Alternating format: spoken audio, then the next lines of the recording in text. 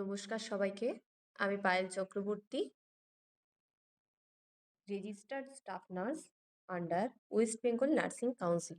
Welcome to my channel nursing classes in Bengali.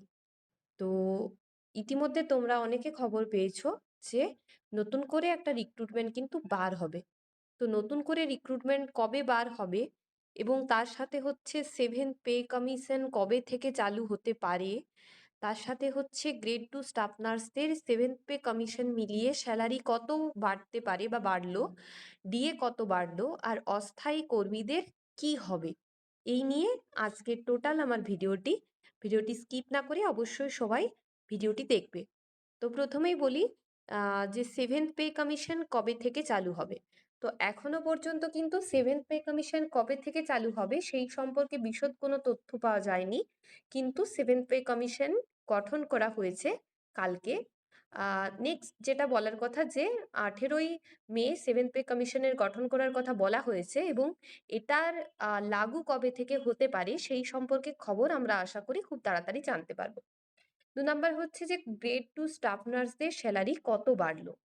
তো grade 2 staff নার্সদের salary 7th pay commission অনুযায়ী কত বাড়লো সেইটার একটা ফিটমেন্ট ফ্যাক্টর অনুযায়ী আমি তোমাদেরকে একটুখানি দেখাই। তো আপাতত এখানে ফিটমেন্ট ফ্যাক্টর যেটা আছে সেটা ধরা হয়েছে 1.92। এই 1.92 যে ফিটমেন্ট ফ্যাক্টর আছে এটা হতে পারে 1.80 বা হতে পারে 1.6। সেটা হচ্ছে ডিপেন্ড করছে সরকারের উপর। তো ফিটমেন্ট ফ্যাক্টর এখানে আছে 1.92। তো এখন যে বেসিক স্যালারি আছে, অর্থাৎ স্টাফ নার্স গ্রেড 2 যে বেসিক স্যালারি এখন সেই স্যালারির সঙ্গে 1.92 কে যদি আমি গুণ করি তাহলে যেটা আমার বেরোবে সেটা হচ্ছে 7th পে কমিশন রুল অনুযায়ী সেইটা হবে বেসিক স্যালারি। তো স্টাফ নার্স গ্রেড 2 স্যালারি ছিল বেসিক পে অনুযায়ী 29,800 টাকা। তাহলে সেই 29,800 ইন্টু 1.92 গুণ করতে হবে, তাহলে আসছে কত, বেসিক পে হচ্ছে 57,216 টাকা। তাহলে এটা হয়ে যাচ্ছে বেসিক পে।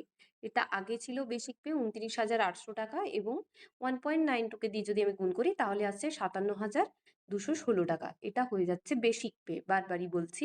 তাহলে টোটাল কত স্যালারি হতে পারে। তাহলে এখানে তোমরা দেখতে পাচ্ছ যে 29,800 টাকার যে সিক্স পে কমিশন ছিল সেখানে 29,800 এবং 7th পে কমিশন অনুযায়ী হচ্ছে 57,200 টাকা। তাহলে এটার সাথে আরো যোগ হবে এইচআরএ এবং ডিএ সবকিছু মিলিয়ে প্রায় সেটা যাবে 59K থেকে 62K এর মতো যাবে। তো প্রায় 62 to 63K এর মতো যাবে যদি ফিটমেন্ট ফ্যাক্টর 1.92 হয়। তো মোটামুটি ধরে রাখো অ্যাপ্রক্স যে grade 2 staff nurse grade 2 salary সেটা হচ্ছে 60,000। এটা হতে চলেছে টোটাল স্যালারি। তো এই ছিল যে 7th পে কমিশন অনুযায়ী গ্রেড 2 স্টাফ নার্সদের স্যালারি কত বাড়লো এবং এখানে যার যত বেসিক পে থাকবে আর যে কোনো প্রফেশনেই হোক না কেন যেটা বেসিক পে থাকবে সেটার সঙ্গে ইন্টু 1.92 গুণ করলেই যেটা আসবে সেটা হয়ে যাবে কিন্তু তার বেসিক পে। তার সঙ্গে তার আরো এইচআরএ ডিএ মেডিকেল অ্যালাউন্স সবকিছু মিলিয়ে কিন্তু প্রায় 62 to 63, মানে যার যেরকম বেসিক পে আছে সেগুলোর সঙ্গে আবার অ্যাড করতে হবে। এবার যেটা বলার কথা যে ডিএ কত বাড়লো।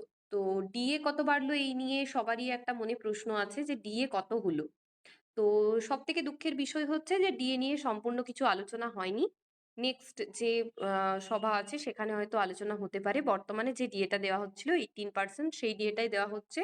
নতুন করে যে 4% ডিএর কথা বলা হয়েছিল যেটা তৃণমূল সরকারের আমলে, সেই ডিএটাও কিন্তু এখনো পর্যন্ত বাড়ানোর কথা কিছু বলেনি এবং 7th পে কমিশন কবে বসবে সেটাও কিন্তু কিছু বলা হয়নি। অতএব ডিএ নিয়ে এখন কোনো নতুন করে খবর নেই। এবার হচ্ছে নতুন করে রিক্রুটমেন্ট কবে হবে, সব থেকে সবার মনে যেটা বড় প্রশ্ন যে রিক্রুটমেন্টটা কবে হতে চলেছে। অলরেডি আমরা আগের একটা নোটিশে দেখতে পেয়েছিলাম যে 60 এজের উপরে যারা আছে তাদেরকে কিন্তু টার্মিনেট করার কথা বলা হয়েছে। তো এইরকম 2-3টে নোটিশ কিন্তু অলরেডি ইমিডিয়েট ইফেক্ট বলে কিন্তু অনেক জায়গায় অনেক কর্মীদেরকে, যাদের ভ্যালিডিটি শেষ হয়ে গেছে অর্থাৎ চাকরির মেয়াদ শেষ হয়ে গেছে, তাদেরকে কিন্তু টার্মিনেট করা হয়েছে।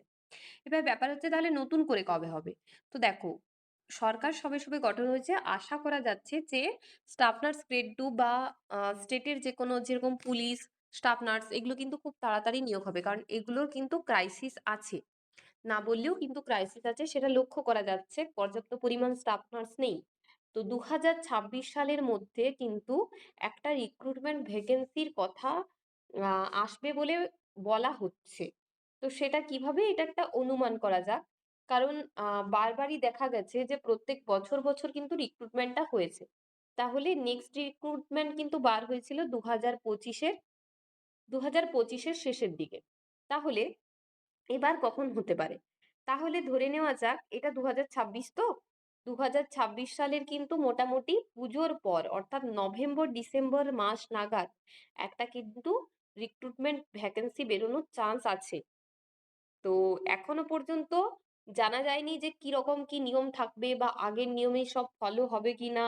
কিছু রুলস হয়তো চেঞ্জ হতে পারে, সিবিটির কিছু রুলস হয়তো চেঞ্জ হতে পারে, হয়তো জিআই জিকে এগুলো কিন্তু অ্যাড হতে পারে। তো সেগুলোর জন্য ম্যাথ জিকে রিজনিং এগুলোর জন্য কিন্তু তোমাদেরকে প্রিপেয়ার থাকতে হবে, কারণ নতুন করে যদি কোনো সিলেবাস অ্যাড হয় তাহলে সেক্ষেত্রে কিন্তু তোমরা বিপদে পড়তে পারো। কিন্তু আশা করছি হবে না, হলেও বিএসসিদের ক্ষেত্রে হতে পারে, জিএনএম দের ক্ষেত্রে নাও হতে পারে, মানে না হওয়ার চান্সটা বেশি। তো সিলেবাস এখন যাই হোক না কেন, তোমাদেরকে প্রিপারেশনটা নিতে হবে। প্রিপারেশন না নিলে কিন্তু তোমরা পিছিয়ে পড়বে। অতএব এই বছরের শেষের দিকে যেরকম ভাবে প্রতি বছর বছর নিয়োগ হতো, এই বছরও ভ্যাকেন্সি বার হবে, কিন্তু সেটা অ্যাপ্রক্স কত হতে পারে? তো সেটা মোটামুটি যেরকম এই বছর বার হয়েছিল সেই রকমই বার হবে, খুব বেশি হয়তো বার হবে না। মিনিমাম 6,000 বার হওয়ার চান্স আছে, সেটা 6 থেকে 7 এর মতো হতে পারে। পোস্ট বেসিক বিএসসি, বিএসসি এবং জিএনএম মিলিয়ে পুরো টোটাল ভ্যাকেন্সিটা কিন্তু এটা থাকতে পারে। তো একটাই কথা বলবো যে স্টাফ ক্রাইসিস প্রচুর আছে। সবাই সিবিটির জন্য ভালো করে প্রিপারেশন নাও। অল্প সিটের মধ্যে বহু সংখ্যক মানুষকে লড়াই করতে হবে।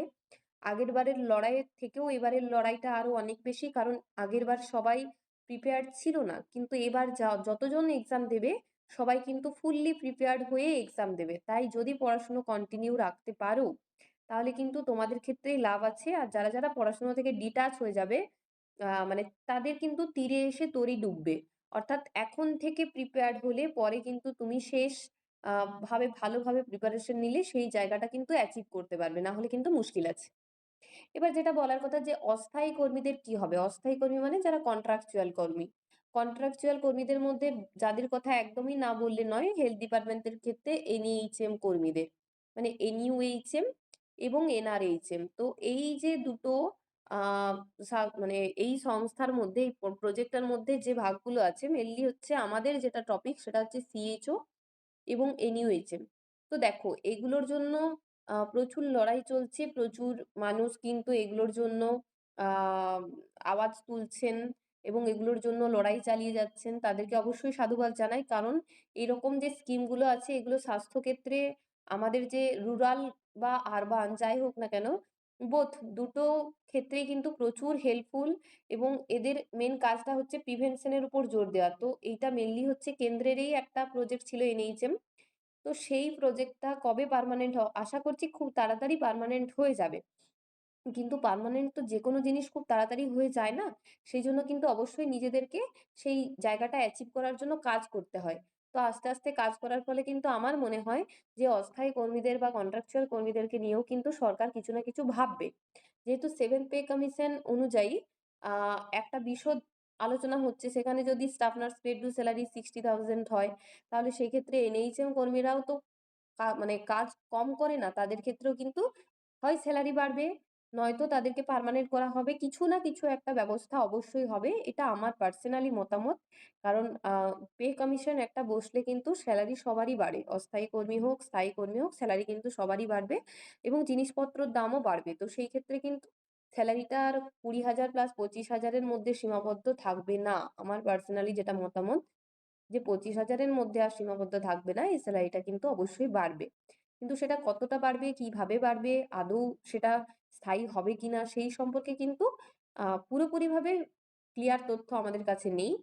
তো অবশ্যই আমরা যদি কোনো তথ্য পাই আমরা জানিয়ে দেব। তো এই টপিকগুলো ছিল আজকের টপিক।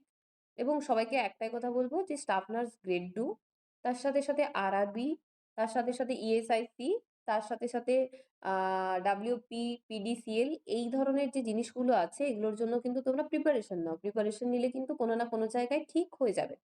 তো সবথেকে মোদ্দা কথা হচ্ছে রেগুলার টাচে থাকা এবং পড়া। এবং অনেকেই জানতে চাইছো যে দিদি কোন বুকটা পড়বো? 'টার্গেট হাই' অর 'পিয়ার যাদব'? আমার কাছে মেসেজ আসছে। তো সবথেকে বলার যেটা কথা যে 'পিয়ার যাদবটা' পড়ো এবং টেক্সট বুক পড়ো। যদি 'টার্গেট হাই' ১ম এ খুব জটিল লাগছে তাহলে তুমি 'পিয়ার যাদবটা' পড়তে পারো এবং টেক্সট বুকগুলো যেগুলো তোমার আগে পড়া এবং পরিচিত বই সেইগুলোর থেকে তুমি স্টার্টিংটা করো। এবং মানে প্রতিদিন পড়তে বসো এবং স্টার্টিংটা করো। তাহলে কিন্তু এগিয়ে যেতে পারবে। না হলে কিন্তু প্রতিদিন যদি পিছিয়ে যাও তাহলে একদম পাহাড় প্রমাণ মাল মশলা মাথার মধ্যে ঢুকে আসবে, পড়তেও ইচ্ছে করবে না।